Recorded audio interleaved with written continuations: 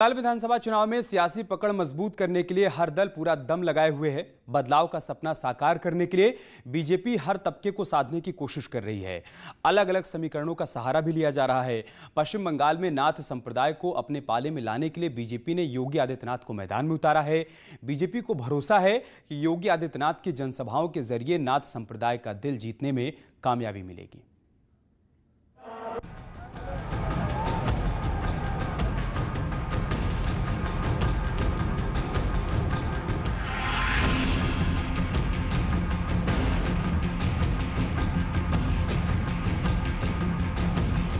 जय श्री राम, जय जय श्री राम। अपने राज्य से 900 किलोमीटर दूर जाकर दूसरे राज्य में ऐसी हुंकार, ये कोई आम बात नहीं है। भाइयों बहनों, मुझे आश्चर्य होता है, ममता दीदी जय श्री राम के नारे से बहुत चिढ़ती है, और जब मैं यहां पे आया तो मेरा अभिवादन जय श्री राम कहकर के सभी लोगों ने किया। उत्तर प्रदेश के मुख्यमंत्री योगी आदित्यनाथ बंगाल जाकर वहां की मुख्यमंत्री ममता बनर्जी को सत्ता से बाहर का रास्ता दिखाने का दावा करते हैं। मर्यादा पुरुषोत्तम भगवान श्री राम का उद्घोष करने पर यहां की सरकार को, टीएमसी के लोगों को आखिर आपत्ति क्यों? ये पूछा जाना चाहिए कि आखिर जय श्री राम का उद्घोष करने पर यहां की सरकार को सहज स्थिति क्यों पैदा होती है। लेकिन मैं कह सकता हूं, राम का विरोध जिसने भी किया वह जनता के द्वारा हमेशा उसको मुंहतोड़ जवाब दिया गया। बदन पर भगवा, जुबान पर श्री राम का नाम और मंच से सियासी ललकार। आज मैं देख रहा हूं ममता दीदी भी अब मंदिर में जाकर के चंडी पाठ कर रही है। ये परिवर्तन है ना, ये है नया भारत। हर व्यक्ति को भगवान की शरण में जाना ही पड़ेगा।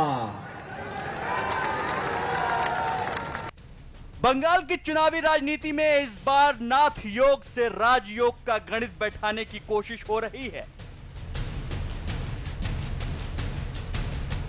वो गणित जिसके बारे में जो जानते हैं वो मानते हैं कि नाथ संप्रदाय की ताकत बहुत बड़ा सियासी उलटफेर करने का दम रखती है। नाथ दिलाएंगे सत्ता का साथ।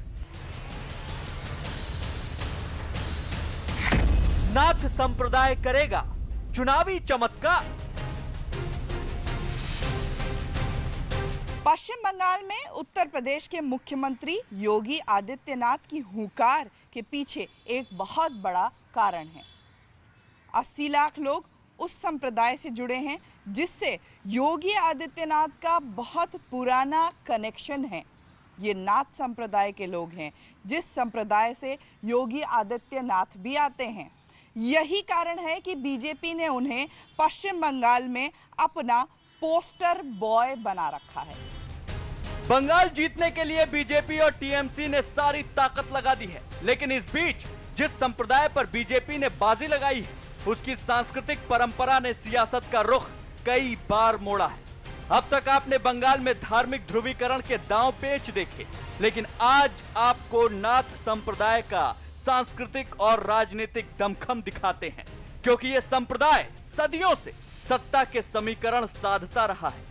बंगाल में यूपी के मुख्यमंत्री योगी आदित्यनाथ को बड़े प्रचारक की भूमिका में लाया गया है, क्योंकि वो नाथ संप्रदाय से जुड़े हैं। नाथ संप्रदाय आदिनाथ से जुड़ा है। आदिनाथ यानी भगवान शिव को गुरु मानने वाले मठ, संत, आश्रम और वहां के अनुयायी। प्रख्यात गुरु गोरखनाथ 11वीं सदी में भारत में नाथ हिंदू मठ आंदोलन के प्रभावशाली संस्थापक थे। नाथ संप्रदाय आदि अनादि का नाथ संप्रदाय है, और इसमें जो हमारे गुरु लोग या हमारे पुराने सिद्ध लोगों से या हमारे पूजनीय संतों से हम सुनते आ रहे हैं कि नाथ संप्रदाय में 12 पंथ हैं। और जहाँ आप बैठे हो जिस जगह पर, श्री गुरु गोरक्षनाथ मंदिर कपिल मुनि पीठाधीश्वर आश्रम है। ये भगवान कपिल मुनि यहाँ गोरखनाथ जी के शिष्य बने थे। इससे पंथ कपिलानी की स्थापना मानी जाती है। गुरु गोरखनाथ गुरु मत्स्येंद्र नाथ के शिष्य थे। गुरु गोरखनाथ महायोगी कहलाते हैं। उनके शिष्य और शिष्यों से जुड़े परिवार भारत समेत आसपास के देशों में फैले हुए हैं। नाथ संप्रदाय से जुड़े लोग 3 देशों में हैं। भारत, नेपाल और बांग्लादेश में 4 करोड़ 50 लाख अनुयायी हैं। नेपाल में करीब 22 लाख नाथ संप्रदाय के लोग हैं। बंगाल में करीब 80 लाख नाथ संप्रदाय से जुड़े गृहस्थ हैं। बंगाल के अलावा असम में भी नाथ संप्रदाय के लोग हैं। करीब 80 लाख से भी ज्यादा नाथ समुदाय के लोग पश्चिम बंगाल में रहते हैं। यही कारण है कि योगी आदित्यनाथ का बार बार बंगाल आना न सिर्फ हिंदू वोटों का ध्रुवीकरण करता है, बल्कि नाथ समुदाय को भी मजबूती से बीजेपी के साथ जोड़ता है। बंगाल में योगी आदित्यनाथ का ताबड़तोड़ प्रचार और पूरे आत्मविश्वास के साथ बीजेपी की सरकार बनाने के दावों के पीछे नाथ संप्रदाय से जुड़ी सांस्कृतिक विरासत है। बंगाल में कई सरनेम नाथ संप्रदाय से जुड़े हैं। नाथ, देवनाथ, मजूमदार, रॉय सरनेम नाथ संप्रदाय से जुड़े हैं। बंगाल में कुल 126 सरनेम लिखने वालों से नाथ समुदाय का रिश्ता है। नाथ और देवनाथ लिखने वाले करीब 30 लाख लोग हैं। नाथ संप्रदाय के तहत कुल 12 पंथ आते हैं। इनमें कपिलानी यानी कपिल मुनि से निकले पंथ के लोग सबसे ज्यादा हैं। मूलभूत से यहाँ पर गृहस्थ जोगी संप्रदाय जो है उसका संख्या करीब 80 लाख से ज़्यादा होगा। लेकिन सिर्फ अब अगर आप टाइटल से नाथ, देवनाथ ये टाइटल ढूंढेंगे तो 30 लाख से ज़्यादा नहीं मिलेगा। लेकिन यहाँ पर हम लोग का 126 से ज़्यादा टाइटल यूज़ होता है, जैसे मजूमदार, राय, भौमिक, शर्मा, भट्टाचार्य, फिर आपका दालाल, मुहुरी, अलग अलग प्रोफेशन में ऐसा अलग अलग टाइटल यूज होता है। कोलकाता में नाथ संप्रदाय का यह मंदिर कपिलानी पंथ का है। यह कपिल मुनि के आश्रमों और मंदिरों में देश का शीर्ष मंदिर है। इसलिए योगी आदित्यनाथ मुख्यमंत्री बनने से पहले भी कई बार इस मंदिर में आ चुके हैं। नाथ संप्रदाय की परंपरा के मुताबिक अगर कोई योगी या महंत गृहस्थ जीवन से जुड़ जाता है तो भी इस संप्रदाय में उसकी अहमियत या सांस्कृतिक भूमिका कम नहीं होती। बाबा गोरखनाथ के हाथ से जलाई हुई ये धुनी कई हजार सालों से यहाँ पर जल रही है।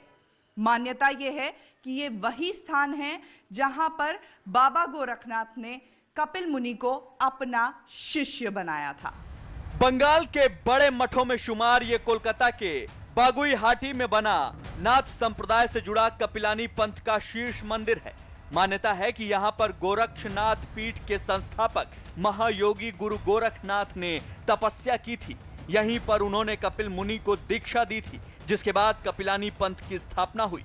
बाद में कपिल मुनि ने गंगा सागर में अपना आश्रम बनाया और हिंदुओं के महातीर्थ गंगा सागर की स्थापना की। नाथ संप्रदाय न सिर्फ बंगाल की सियासत बल्कि बंगाल की संस्कृति में भी रचा बसा हुआ है। यही कारण है कि उनको साधने के लिए बीजेपी कोई भी कसर छोड़ने को तैयार नहीं है। नाथ संप्रदाय से जुड़े संतों और आश्रम साधने के लिए बीजेपी योगी आदित्यनाथ को स्टार प्रचारक बनाया है। जाहिर है कि ये 80 लाख लोग अगर बीजेपी के साथ होते हैं तो ममता का किला ढहाने में उनको जरूर फायदा पहुंचेगा।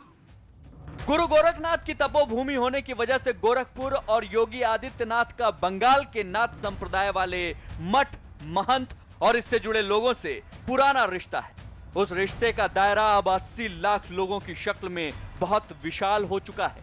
योगी आदित्यनाथ के जरिए बीजेपी उसी नाथ संप्रदाय का रुख अपनी ओर मोड़ना चाहती है, क्योंकि बंगाल की कुल जनसंख्या और मतदाताओं के हिसाब से लगभग 10वां हिस्सा नाथ संप्रदाय से जुड़े लोगों का है। ये संख्या जब वोट बैंक में बदलेगी तो सत्ता के समीकरण बदलने की ताकत रखती है। हालांकि नाथ संप्रदाय का सामाजिक, सांस्कृतिक और सियासी प्रभाव वाला दायरा बंगाल में बहुत खामोशी के साथ कई मोर्चे फतह करने में बड़ी भूमिका निभा सकता है।